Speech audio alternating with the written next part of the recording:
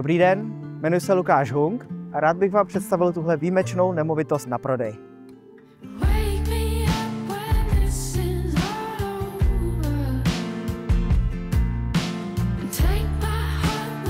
Samotný dům má zastavenou plochu necelých 500 m2 a nachází se na pozemku o celkové výměře 2785 m2.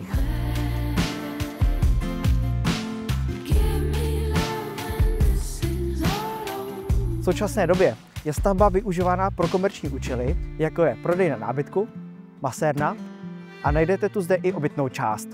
Ale to, jaké využití proto najdete vy, je čistě na vás.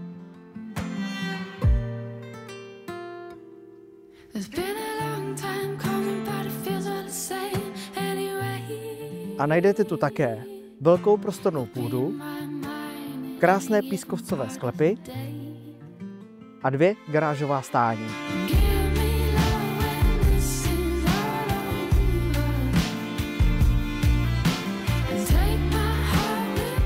Pokud vás tato nemovitost zaujala, neváhejte mě kontaktovat.